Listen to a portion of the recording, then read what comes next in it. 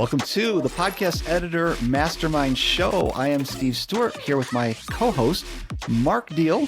Mark, how you doing? I am doing great, Steve. Glad to be back. Great. We have a special guest today. All of our guests are special. You know why? Because podcast editors are the best. We have the best community in the world. Today we have Ashley Dickson-Ellison, who's here from Unabridged Audio. She's been 17 years in education before she started a podcast of her own in 2018. And then she went full-time podcast production as far as management, editing, everything in 2021. So welcome, Ashley.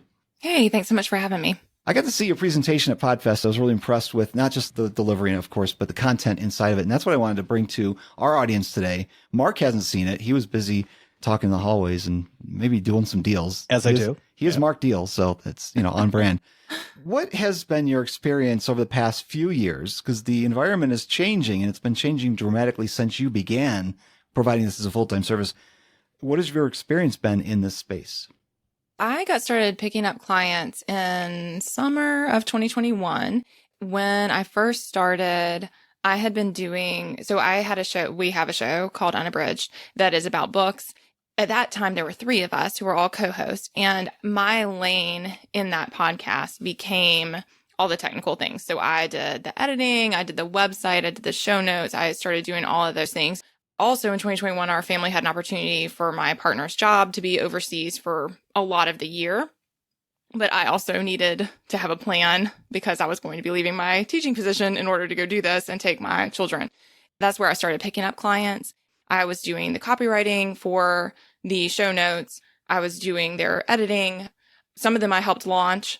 So then I just sort of started figuring out what those core services were that I was offering to people and then picking up those clients. And then I had them ongoing and would kind of bring on a new partner as opportunities arose. And so when we came back to the States in 2022, I was already up and running. And so instead of going back to my school division, I stayed with the work I was doing, and I love it. It was really fun. So your background came from education. You were a salaried employee. You had probably a 457 type of retirement savings, benefits, and all that fun stuff. You had to shift from being that employee to being your own boss. So you can tell us about how to shift from that employee mindset to your own self-employment thing. Yeah, so that was really challenging for me. I had never had fluctuating income before, and everybody listening who is managing that as a freelancer or as a business owner knows how frightening that can be, especially for people who are transitioning from something that has been a very steady income. So yes, that was a big adjustment. Some things that I learned right away were things like separating your accounts and making sure that you have a business banking account, figuring out how to pay yourself a lower amount than you're making a lot of the months that you take in income so that you can keep paying yourself that were there to be a dip, those kinds of things. I mean, it's taken me years. I'm saying it now as if I did that overnight. I should be clear. It took me a long time to start putting those things in place. But the more that I have cleaned those things up, the less scary it has felt over time. I totally empathize with what you're saying, Ashley. I've been self-employed for over a decade, my wife as well. So neither one of us have a typical W-2 paycheck, to use certain tax acronyms that Steve was using earlier. Thanks for that, Steve. So yeah, it's challenging to work with the fluctuating income streams, high one month, low for a couple more, very high one month, the next month, and things like that. And as a business owner or freelancer, a lot of people think, hey, Mark, it must be great to be your own boss. And I'm going to hear that from people that are employees. And I have to remind them, like, no. I'm not my own boss. I have many, many, many bosses. And on any given day, my boss can hire me and fire me. That's okay because I have hundreds in the wings and to be ready. So that's, for me, that was a little bit of the mindset of getting used to being a business owner, a self-employed, being my own boss, really meaning I have lots of other bosses and I have to manage that fluctuating income. So yeah, I get it. I empathize. Yeah. And I have to say, I kind of went the other way, that I didn't think of myself as being the business owner at all in the beginning. And I was too focused on doing the work for my clients all day, every day, all the time. And that was to my own detriment. That was something I had to learn, was that yes, I have lots of bosses and those bosses are very important to me. And I'm a very relational person. I'm very relationship forward. Something that I've really had to train myself to do is prioritize my own business as the center of my work, because none of my clients get served if my business does not exist. And that framing was helpful for me to have to be like, it's okay to prioritize myself. Again, not everybody needs this, okay? But I come from a helping profession. I'm deeply conditioned to help other people, and I love doing that. So I could pass a lot of time without ever making time to think about how to make those warm leads. I still am not great about that, I'm just going to say. But how to think about what is the next step. When somebody needs to wrap up their show, who is going to come in that space? How am I thinking about how that's going to happen? And then the things like cleaning up the bank accounts and stuff like that. Like that all takes time. And I think it's things that I thought needed to be on my weekend to-do list, kind of. Like, again, I didn't see this as like my work week can fit in and needs to fit in these pieces of my business that feel like soft pieces, but are actually integral to making sure that I have something that will continue to serve other people. So you had this background. 2018, you got into podcasting with your own show, Unabridged. It was a podcast about books. You were in the teaching capacity, learning all these skills. How did you turn that into a business? The first thing I did, and I would recommend this to anyone who has a job right now and you're picking up freelance work on the side, the first thing I did was a website. And I think that is essential because I think you need somewhere to send people. It could be one page. It does not have to be elaborate. You do not have to pay someone, but you need a space that you can start saying, this is who I am and these are the services that I offer. So I did that while I was still in the classroom. I was working on that outside of my work week. That was the thing that I was like, I've got to have a site. So I got started with that. And then I'd spend some time. I built a profile on UpWork. And that is where I found my first 2 clients. And I don't know, we can go more in depth about those services versus doing things yourself. But I am grateful because I did pick up 2 clients there who took the risk. Other than my own show, I had no evidence to prove that I was going to do a great job. And they took that risk. But once they did that, I felt like then that opens the doors. So again, for people listening who are in that transitional phase, I think that those first people are pivotal in making sure that you are having your website and also that you are collecting testimonials from those people who will speak to your work. Because again, that was really different for me. I had we've moved several times. My partner has a PhD. So we have moved several times because of school and because he works at universities. So like there is a component of you go where the job is. And because of that, I've gotten several different teaching positions in different states. The thing that is really different with freelance work and with having your own business is that often you aren't sending letters of recommendation. So like when I was applying for a teaching position, I had these lovely, beautiful recommendations that came with me from my references. And not that you can't provide those here. Like I have collected them a couple of times for various things that I've applied for. But I think in general, you don't have as much under your name to show a potential employer. So in this case, a potential client, exactly who you are. That needs to be your work. You have to show people, yes, this is what these people have said about me. This is why you can trust me. I think that's really important. It's like showing how they can trust you to do the things you're promising to do. Mark, you've started many businesses yourself. So you speak on. I have. You want to speak on more about what Ashley's talking about with you need a website and picking a name? I do. In fact, here's a good hack for podcast editors or people starting a podcast editing business. Yes, typically you want to go out and you want to get reviews to say, hey, I'm a good person. You should hire me. Luckily, in the podcasting industry, we don't really need to do that, at least in my opinion. And this really follows the hero's journey because you want the hero not to be you, but your potential client. So instead of featuring testimonials and reviews of your professional podcast editing work, feature testimonials and reviews, i.e. Apple Podcast reviews of the shows you work on. Oh, the such and such is great. I love the show, this, that, and the other. They sound so eloquent. They're really on point. It's so informative, things like that. So instead of touting yourself, you're touting your clients, but really you're touting that future mindset of the potential client. Like, oh, I want to sound articulate. I want to sound good. I want to be that informational point of knowledge. And so that way each show becomes a wealth of lots of reviews, as well as I point people to those shows like, oh, you love it. Leave a review. That would be great. Leave a review for this show. If you really like my work, leave a review for that show. I'm sure the host, i.e. my client, would enjoy it. I've got some other hacks on how to bring up reviews as well. Ethical hacks. I'm not big on review swapping because I think that's kind of playing the system, but one where you actually make human connections like, hey, that's great. In order to take this connection a little further, profess your love for me by leaving a review. Once you do that, we'll take this conversation further. Yeah, I love that, Mark. I think that's a great idea about the reviews. And again, once you have shows that you're routinely doing, it's so nice to be able to say to your potential client, go check out this show. Everything you see, I made. So, Yeah. it is just a really nice way to, again, I think that's hard for people on the front end when they are doing subcontracting or they have a limited portfolio. But yeah, absolutely. Once you have your portfolio, that is something that's super nice. It's like, there it is. And that's one reason I love my show, like having my own show still. We have really reduced our frequency. We've reduced a lot of things. We made a lot of changes to make it more sustainable, which was really important for us. But I love having it because I'm like, hey, go check it out. Because guess what? If you don't like me, that is my personality. It's not pretend. So go listen in and then you kind of know what you're getting. And I like that. I would prefer somebody to see what my personality is, have a sense of who I am as a person. I like to do my homework on the other end. And I have those same thoughts because these are relationships and they're important relationships and I plan them to last. So when I'm getting involved with a new partner, I really want to make sure that it is the right fit.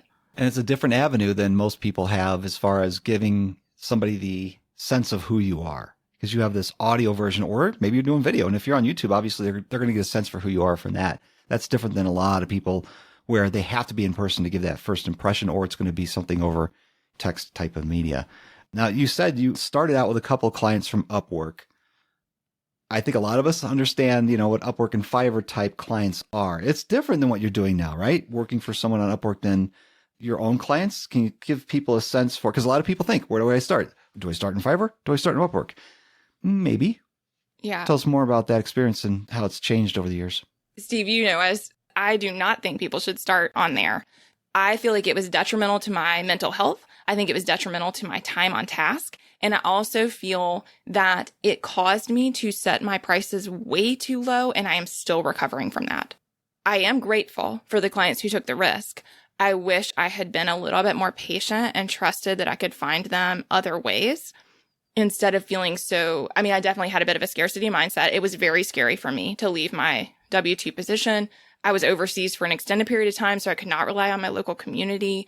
And while my family was very supportive, I felt like I had taken this risk, as it were, and that they would have financial repercussions if I couldn't get myself together, was kind of my less than super compassionate view at the time. But what happened for me is that in some ways, I only can speak to Upwork because that's the one I was on. In some ways, I did get a lot of bites because I'm a very articulate person and I write a lot in the proposals.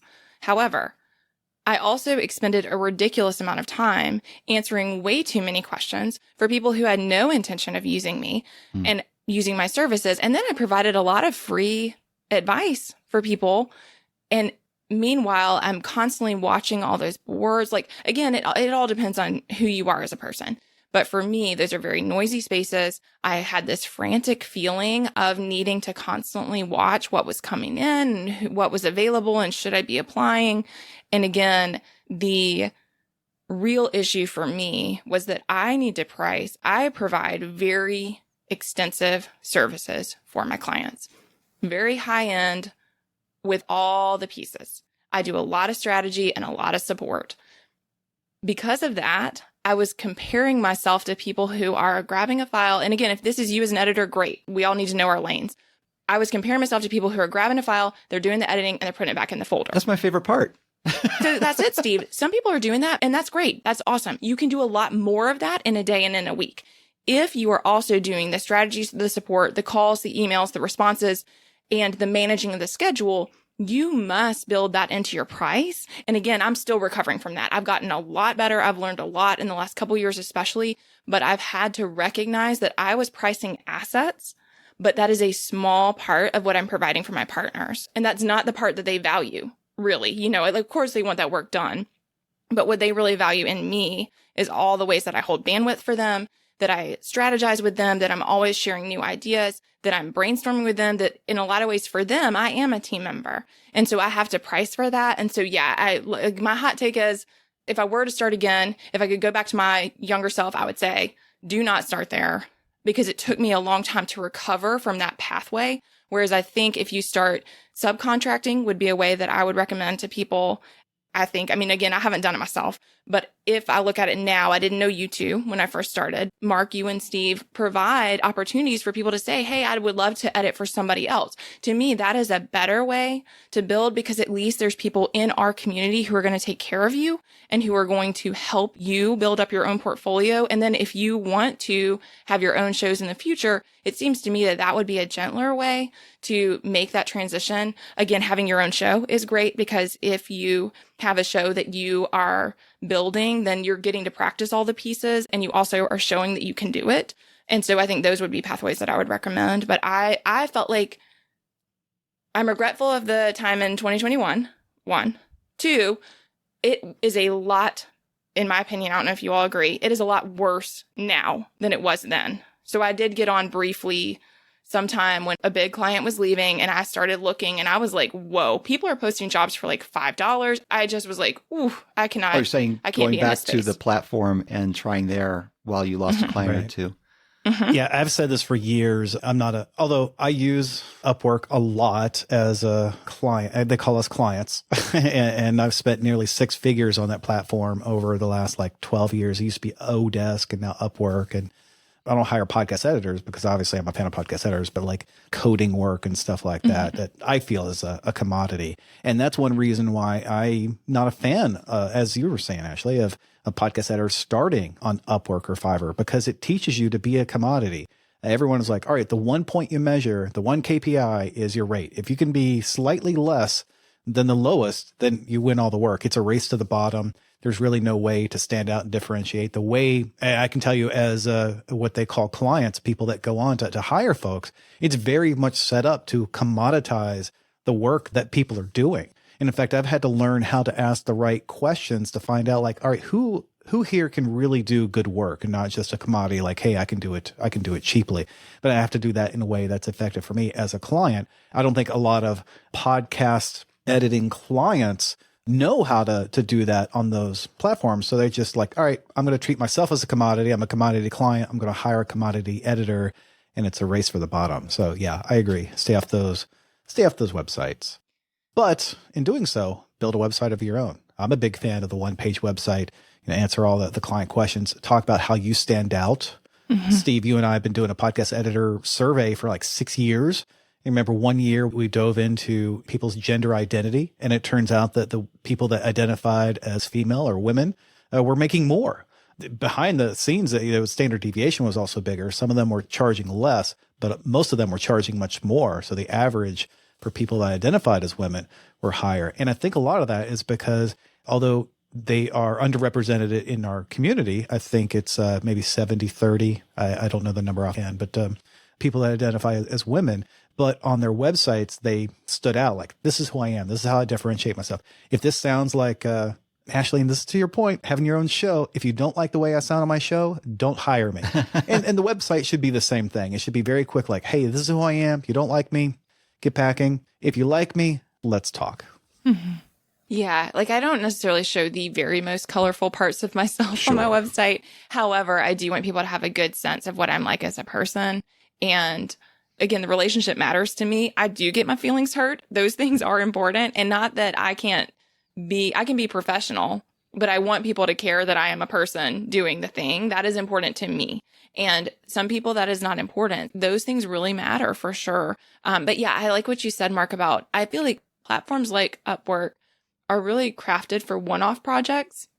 And I think they can be really powerful for that. But again, we as editors know this is a relationship. This is an ongoing partnership. To me, that is not the space to find somebody who is going to be an ongoing partner for you.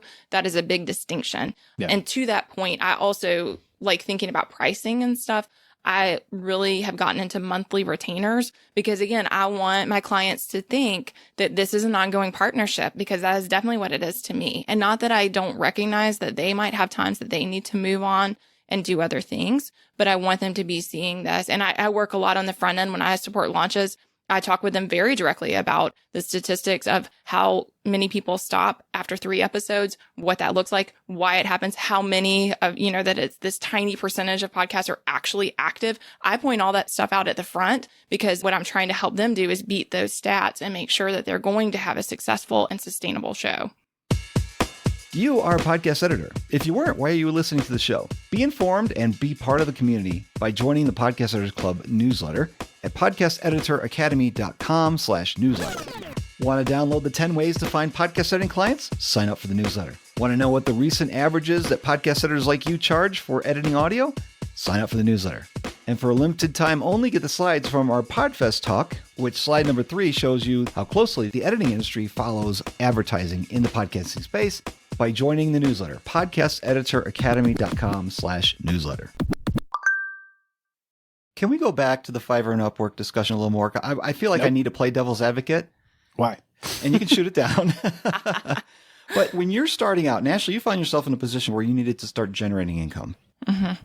Isn't that the low-hanging fruit, the place to start? And they are one-offs, so you're not making a long-term commitment that would pay off in the long run, I think, more than doing one-offs. You need money. Isn't that one of the places you go is Fiverr, UpWork, and get yourself some experience and maybe those testimonials? I think it has to do with age and experience levels. I don't think I had to start there. I think I had 17 years of experience and I had degrees to show that I was a professional without having to worry about the fact that I did not yet have a portfolio beyond my own podcast show. I can see how if somebody is just starting out from school and they are well trained, but they don't have the years, the authority, the experience, the prior career, I do think sometimes that might make a difference. However, the thing that really was detrimental to me, and the reason I would say to people who are relational, are going to be influenced by this race component, like you said, Mark, to me, it felt like a race to the bottom and I was running really fast to get down there. Yeah. And that is not where you want to be. So I think that for people who want to be relational and who really want those deeper packages, the ones where you are offering more things, and like I can outline services that I include, but like I'm not just editing files, and not that there's anything wrong with that. It is just a different lane to be in our industry. I don't print t-shirts, but there's people out there that do. I do more than just podcast editing, but there's people out there that do. Steve, you brought up the question, so I'm going to throw in my 2 cents, please, even though I didn't want to go down this path. No, I don't think that new podcast editors should be going on Upwork and Fiverr. I think they should go and maybe get a job for free. Identify and craft what is the ideal client. What would I love to do? The perfect show to work on, and that will bridge off there. Say, for example, if you want to do podcasts for lawyers, I'm going to start a show of my own where I interview lawyers, and that way I kind of showcase the work that I do and also make the connections for potential clients. If I want to work on like a long story arc, serialized, branded show to showcase I can do that kind of work, let me go out and find a nonprofit that's got a great story, and I'll storyboard 8, 10, 12 episodes, and I'll build that out for them, but do that for not charge them money. Of course, I need resources. I need some of their time. I need to be able to talk to those people to really showcase something. And that's building the skill you need to build a business. Sure, you're not getting a couple cents in, but Fiverr and Upwork, and I'm going to have to back away from the microphone because I'm getting worked up here. Fiverr and Upwork are teaching you the wrong skills. They're teaching you to race to the bottom. They're teaching you how to treat yourself and your clients like commodities. And that is not the way to start a successful business. So how do people start in the industry and make money? Just as I said, identify the shows that you would like to work on, kind of dreamscape your ideal show, and you go out and you start that show. Plus you're building experience. And then perhaps if it's an interview-based show, interview the types of clients that you would like to have on your own type of show. What I call a distributed brand show. Okay, but what you're talking about is building something for the future, whereas we're talking about, I need money now. Okay, so I have some thoughts about that piece. Please do. Number one, I am really reluctant to tell people to do anything for free. I'm just going to be honest. I have been told that as a woman in a helping profession. I've been told that a huge percentage of my life, and I'm still recovering from that and recognizing I do have to charge for my services. So I'm reluctant to tell people to do that because for some of us, it is a very deeply ingrained thing that we've already been trained to do, and trying to undo that for work where you are going to always have to talk about money, for me, has been years of work that I'm still very actively doing. I personally would say not that you have to do it for free necessarily, but if you're in school, one, trying to find an internship. I would really encourage us as editors, the people listening, let's see if we can help local universities. Can we start doing things to help our younger colleagues who are interested in being in this field, can we help them? Because to me, this is the pain point of our industry, is this movement from no portfolio to successful ongoing work. I get all of my work now through referrals. I should be doing more for soft leads, for warm leads. I put on my calendar right now, there is time set aside for social media every week that I promptly ignore every week. So I think that I have been thinking that I need to be more active. However, once I had the partnerships that I liked and I'm so happy and they're so happy, then when their friend wants to start a show, they come to me. That gets so much easier once you have somebody. But the getting paid while you are trying to build your business, if you need to, I would rather go and work. Let's say there's a coffee shop up the road. I would rather do that as a part-time thing for a while I am building my portfolio, building my website, building my credentials, than to get into this space where I am frantically training myself in the profession I really want to be in to do it for as little as possible, as fast as possible. That's my personal feeling, is like, don't do it because it takes so long to undo. But I do understand the sense of urgency. I really felt it. For me, I had my W-2 that was going to carry me through the summer just because of the way that teachers' salaries work. And I was desperate to make up the exact number from my paycheck by the time that number stopped. If we are trying to pay our bills, that frantic need dominates the choices we're making. And so then we get into these situations where we're agreeing to these things that from the start feel completely wrong because they are completely wrong. And so then I've had to undo the damage of spaces like that way more often than I have from other like local connections or from my like remote referral setups. I'd be remiss if we didn't have you tell the story about the client who was going to hire you and asked you questions on the weekend you were attending a wedding.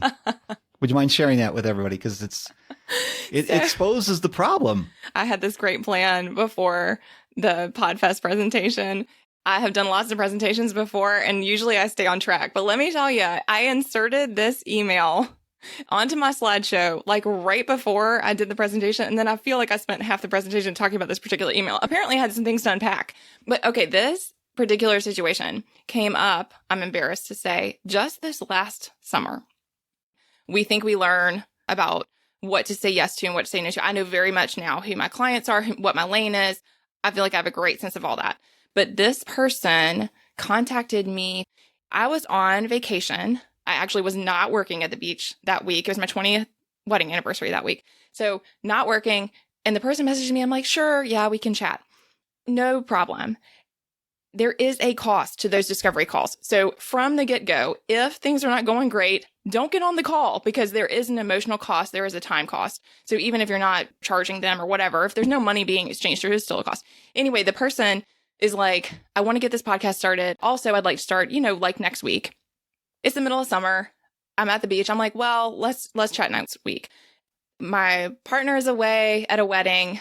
I am taking my kids by myself to do multiple state road trip to visit where we used to live and things like that. So it's hard to fit this in. Okay. I get on the call with the person anyway. I don't set a timer. I don't limit the discovery call. These are all mistakes. He asks all these questions. I then follow up with an email thinking he really wants to move forward, pulling at my heartstrings because the thing that he wanted to talk about was really important. And I do think a podcast for it would be great. I send this follow-up email amid all the travel chaos. I wrote this really extensive thing and he writes back. I'm not going to read the whole thing, but it says, couple of concerns right off the bat is price per episode. And how many hours does it take to edit/prepare one episode in your humble opinion? And then it says, and do you have references? Oh. I wrote back and said, LOL, of course I have references. I mean, I was on fire. So I had spent at least like 4 or 5 hours between the discovery call, the follow-up stuff, trying to help this person do this on his timeline. Again, I was like, I typically spend 2 to 3 months helping people with a launch. These are the steps I like to take, but he had something coming up that he really wanted to try to get it out for. And so I was like, well, we could kind of rush things and then just try to use some of what you have and see if we can get it started faster. And then the fact, to me, it was that he had the audacity to not even proofread the email, and that he couldn't take 5 minutes to go to my website and see all of the testimonials and things. And I think what the question was is, could I see your references? Sure, of course, of course. It was that complete disregard for me as a person, and this feeling, the feeling that I personally think is a red flag, and I think we all need to be aware of, is I do not work for him. So I'm happy to answer those questions. I'm happy to help him, but it is a bridge. It is a partnership, and it is not a situation where I am on duty for his beck and call. And that was very much how it felt right at the beginning. And so I feel like there were so many signs prior to that email, and I just had to forgive myself for once again falling into the hole that we all know is a hole that you can see coming from a mile off, and falling into it yet again and then having to climb out. And so I was just like, that's the last time. That's the last time I'm going to let that particular thing happen to me. And these are the things I'm going to try to do to prevent it, because it was just humbling to remember, like, oh yeah, we think that we have learned these lessons, but then we get sucked into them again. And I should have replied in the very beginning and said, I'm available in 2 weeks for a discovery call. If that timing doesn't work, please find someone else. I think we coined the title for this episode. We're going to call it The Mental Health of Hiring the Wrong Client. You mentioned earlier, getting the support system and be able to find someone to tell you that you're doing the right thing. Where do you go to get support in this little world that we've built for ourselves, this silo of self-employment, editing podcasts for a living? Yeah, a couple of things. I love the Podcast Editors Club. You all are essentially the only reason I get on Facebook. I will go on there specifically for that group. So I'm not an active Facebook user. I really don't do other things on there, but I really value that. I will say I was hesitant to post at first. So if anybody's listening and you have never posted anything, or you're concerned about posting, I just want to say it is worth it. I think for me, it was ultimately that the need to get help outweighed the uncertainty I felt about posting in the group. Once I did that a couple of times, there are lots of very gracious people who are super helpful and super kind. And so that was really helpful. So I love that. I have heard great things about the Academy. So I know that you all are currently waitlisting people. Yep. Doors are closed currently as this episode drops, but we'll be reopening soon. So to people who are listening who are not part of the Academy, keep a lookout for that too, because I think I did join, but I joined at a time that I couldn't utilize any of the videos or anything. It just was not the right timing for me. So I will join again, because again, I have learned to build space in my schedule to make sure that I'm doing my own business work. Whereas like earlier on, that really was not the case for me. I just didn't have the time, and I have kids. And right, because you're going for a degree or something as you're doing this full time. That's right. So right now, you're a little busy. Right now, I'm doing a master's degree, but which has been great. But yes, I think that making time for it is good. So the Academy is also super helpful for people. And then for me, going to conferences. So I went to PodFest in January 2024, and I went by myself, and it was the first time I had gone as someone who was doing this work as a professional. That was the first time in person I met other people who also did this work. And so that was super helpful. So just getting to meet other people who actually do the work that we do was so valuable. And so that is my support network now. So when I run into things, I post lots on the group, and I really appreciate what people have to say there. But sometimes when I need a friend, I have people that I contact. I also have my friends that I have developed from going to conferences and meeting people. And then like, those are the people that I'm like, hey, this is the circumstance that's come up. Can we talk through this? What do you do about this? And so that's been really helpful too. So I think Steve has had great things in the newsletter about talking about the price of conferences and whether it's worth it. And I think that is an important thing for people to navigate and consider. But I will say for me, it did feel like a risk. It felt like a big investment. But then I went again this last year and got to spend time with both of you, Steve and Mark, which was awesome. And I went again because it was so valuable the time before that I knew it was worth the investment for me. Yeah. I'll tell you what, the Podcast Editors Club, when I started that, it's because there wasn't anybody else out there having a group solely focused on the post-production and running a small business as an editor side. It's become my favorite place on the internet. And it is the place I can go to not just post things that I see, but ask questions or join in a chat. But they're always small nuggets. They're always small bits of information. It's hard to go deep in there, but you do get a lot of different opinions and different ways to look at things. But then in the Academy is where we build the courses which go more in depth. Or I should say more complete. Yeah. And I think what you were saying about the Academy, Steve, again, going back to people who are trying to build your portfolio and get more work, the Academy would be a great way to do that. So just taking the time. Again, I started with heavy hustling. And then I really felt like I didn't have time to devote to my craft. So if I were to build up again, I would have wanted to spend more time on the front end, building up my craft, making sure I had a good handle on all of those things, and then slower intake of the client partnerships. Well, Ashley, I've certainly appreciated your time here. I know Marcus as well. And hopefully our listeners and the viewers have also appreciated you being here. Tell us if people want to hear more about you or get in contact with you, how do they get a hold of you?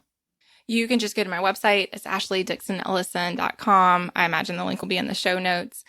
I am so happy to talk with you all. I appreciate everything you do, Mark and Steve. I think you all are essential to our editing community. And honestly, you have made such a difference in helping editors to make sure that we have support, which we really, really need because it can be a very lonely job. What a great discussion we had with Ashley. You can find her at ashleydickson-ellison.com, which we will, of course, have in the show notes in the description down below where you're listening to us right now. A couple things that came out from our discussion with Ashley. She said a few times that she's still recovering from working with the wrong clients. Ask yourself, what is the lasting impact of saying yes to the wrong client? Or better yet, what is the benefit of saying no to someone you're pretty sure would be the wrong client? I'm asking this question myself right now with one of my clients. Could you find other ways to bridge the gap when you need money while building your business? That's an important point to take away from this episode. Something else Ashley said, I think it was off camera. We didn't get into it at that point, but she hinted at it earlier, that when she was trying to replace her salary income, she was kind of worried about the income, but she knew that nothing catastrophic would happen if she didn't earn the same money that she was making. That's also an important point. If you're starting out in your business or you're struggling right now, the industry is changing. So this could be a worry for you right now. And something else, Ashley was mentioning how she was making $5 or $10 a job from UpWork, and it consumed every moment of her time. She's so glad she's past that. But after we hit stop on this record button, Mark brought up a great point that earning $5 a job or even $20 per job to earn a couple $100 would consume many, many hours of your life. Would it be better? Would it be better and more efficient of your time to join the Podcast Editor Academy for 3 months and get the tools you need to start and grow your business, and then land a single client who could easily pay you a couple $100 a month and it's ongoing income? Something to think about as we are getting ready to reopen the Podcast Editor Academy in April of 2025. And then, of course, don't forget the hot take that Mark came out with about featuring reviews of your clients' shows that you work on, not shows of your own. Feature those reviews on your website. I hadn't thought of that before. Fantastic idea. I think all of these hot takes exposed a couple things. The fact that Ashley would be a great addition to anyone's team, and you, our dear listener, are probably the same. You care about your work, you care about your client, and you care about their podcast, and you want to make the relationship work. Not just for the benefit of your pocketbook, but for the relationship of all involved. You could do it for free, but then would your client value you as much as they do their podcast? Think about that. And we will be back with another episode of the Podcast Editors Mastermind Show very soon. Thanks for listening.